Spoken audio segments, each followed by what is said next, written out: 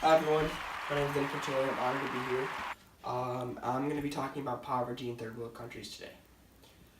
So poverty is something that we don't usually talk about much in our nation, um, especially because of the fact we're really lucky to have clean water, built houses, um,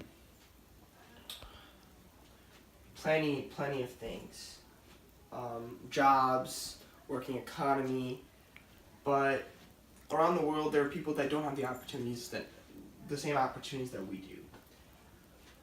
One interesting thing is about half of the population of our world goes through poverty. That's about 3 billion people in our nation. Some more interesting facts I'd like to share with you guys is more than 1/3 of Africa lacks clean water. Imagine that. It is one of the biggest continents in the whole world, and 1/3 of that lacks water, clean water. Just put that in your head. Just think about that. One more thing: Cowboy Stadium, newly built down in Arlington, Texas. Huge stadium. That uses more electricity, the one football stadium, than in the entire country of Liberia, which is a little country in Africa. Less than 1% of the US budget goes to fighting extreme poverty. That's less than 1%. Think about the amount of taxes we're paying, the amount of debt we're in to countries such as China, Japan, India, and look at the fact that 1% of the taxes we're paying goes to fix poverty. Now let me share you a little experience of my eye-opening experience on how I had to deal with poverty. So last summer, I traveled to a city, Trincomalee, which is eastern part of Sri Lanka. Sri Lanka is a country south of India. And it was definitely one of the most life-changing experiences of my life. This third world country, Sri Lanka, has gone through from a tsunami in 2004 to a civil war that's lasted over 30 years, which just ended about 10 years ago. The tsunami and the Civil War have had tons and thousands of people that have been left on the streets.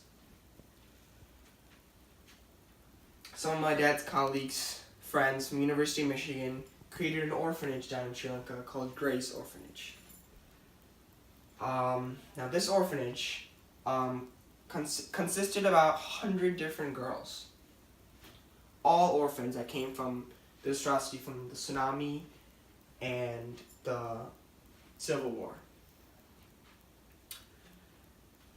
Now, it's still been going on since 2002, so about the past 15 years this orphanage has been going on.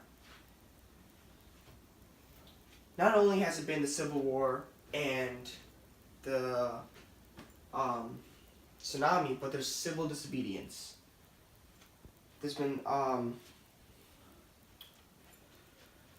domestic violence, such as raping, alcoholic fathers who abuse them, and many more where that came from. So I went with doctors from University of Michigan and doctors from all around the country, and 25 other kids ranging from 6th grade all the way to college grads. So you can see there's a range of people that ended up going. We traveled over 8,000 miles to this city. And we contributed to a range of different jobs to be able to help. You go there, you walk in their city, they have nothing. They have one room that fits about 3 to 4 people. One of the girls' rooms had bats coming up from the ground. Can you imagine that? Sleeping every day and looking up and seeing bats flying around in your room. Most of them don't even, only recently we were able to get clean water. And that's all being bringing from the United States, we had to bring. Last year was the first year that they were able to get running shoes for them. Otherwise they were walking around all with their bare feet, all around. books, food, everything was contributed, but started out as absolutely nothing.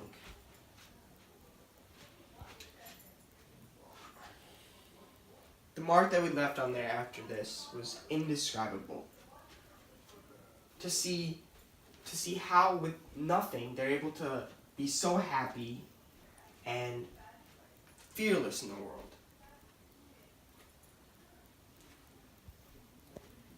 And you can see they don't have any of the opportunities that we have. They have no video games, no iPhone, they just got computers a couple of years ago. Just so they can Skype with us. Nothing crazy there. And they still manage to put a smile on their face every single day. So we in this country are spoiled because we want that new game that came out. We want that new system that came out. We want the new deck furniture that we saw on the advertisement.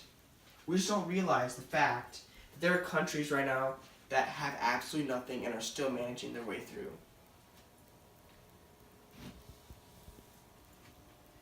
They live life to the fullest. They're careless.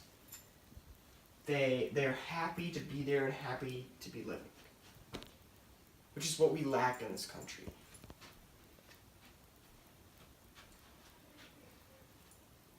Now, it doesn't take a lot. We're fortunate here, but all we need to do is take time, help out local service, donate some money, something small.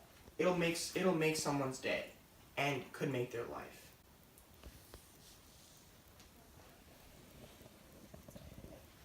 I can tell you it's taught me a lot about realizing the world in general from a different perspective. It makes me think that there's so much more we can do as a community, and I believe it is important for every single person to reach out and make a difference. So I stand out for societies in need to end poverty in third world countries. Thank you, everyone.